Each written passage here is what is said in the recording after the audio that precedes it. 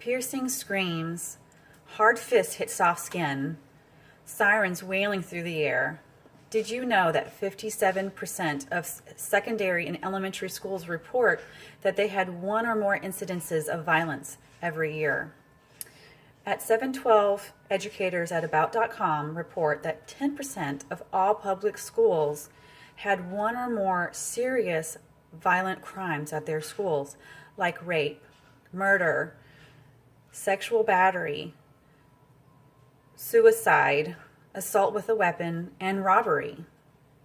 Today, we are going to look at violence in schools, discover some ways that we can help combat this problem, and look at the benefits from removing violence in our schools.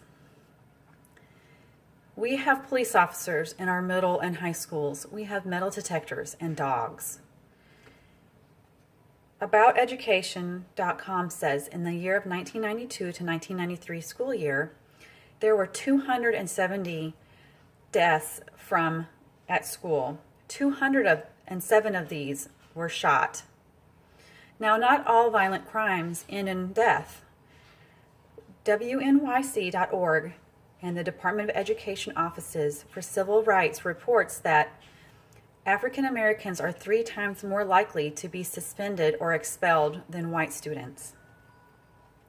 A TexasState.org survey in the National Center of Education Statistics said that in 2013, that 37 out of 1,000 students of age 12 to 18 experienced a violent crime. 8% of these students skipped school because they felt their school environment was not safe within 30 days of taking the survey. Violence in school affects their attendance, their graduation attendance, their academic performance, and a student's overall perceived sense of security in the schools.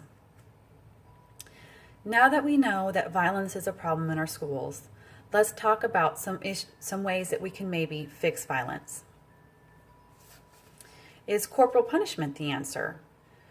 A study by the American Psychology Association said that out of 134 parents and their children aged 10 through 15 state that parents who discourage and do not like violence, their children are more likely to not engage in violence. But students whose parents believed in corporal punishment were more likely to engage in violence. So, what is the solution then? I believe meditation is a solution. The Mayo Clinic reports that meditation increases focus and a sense of calm. NBC News reports that Visicom Valley Mills Middle School in San Francisco started using meditation twice a day for 15 minutes apiece because they were having an issue with violence in their school. They were having 3 to 5 incidences a week. Over a 4-year period, their suspension has gone down 79%, and academic and attendance rates have gone up dramatically. And a few blocks down the road at Burton High School, which was deemed the fight school, similar results have been reported. A school in Baltimore has started using these techniques, and they had 0 suspensions this last year. When a child is in trouble, they are sent to the meditation room where they are sent to reflect on what they did. Then they are allowed to talk to a teacher. The teacher will help them realize what they have done, and when a student has the opportunity to discuss their problem and their issue and how they felt they were wronged, the chances of them repeating this has gone down dramatically.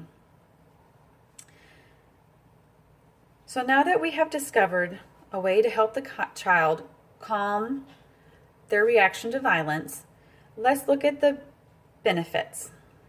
The Mayo Clinic reports that meditation reduces stress and anxiety. Meditation is simple and it requires no expensive equipment. Meditation helps you focus on your problems. It helps you self-reflect as well. Meditation helps reduce negative emotions. Imagine a school with no fights, where children can discuss their feelings without resulting to violence, where children are smiling and laughing instead of crying and shouting at one another. Imagine a school where children are encouraged to learn in a positive environment. So today we have looked at meditation and how violence in schools is bad and how we need to help students stop and reflect on their issues. So now that we have looked at what we can do to help the students, let's talk about what you can do. A change needs to happen, and it needs to happen now. It needs to start with the elementary schools as well as the middle and high schools. So what can you do, you might ask? Well, what you can do is you can attend your school meetings. You can go talk to your teachers, talk to your superintendents, to the principal. Tell them that you would like a change in the discipline procedures. You can start a petition, and you can pass it around and have the other parents sign it. And you can turn it into the school administration, so that way they know all of the parents are on board with this change. We can't change the environment that the kids are in when they're not in school, but we can change the environment when they are in school. We can give them a way to deal with stress and violence, and that way is with meditation.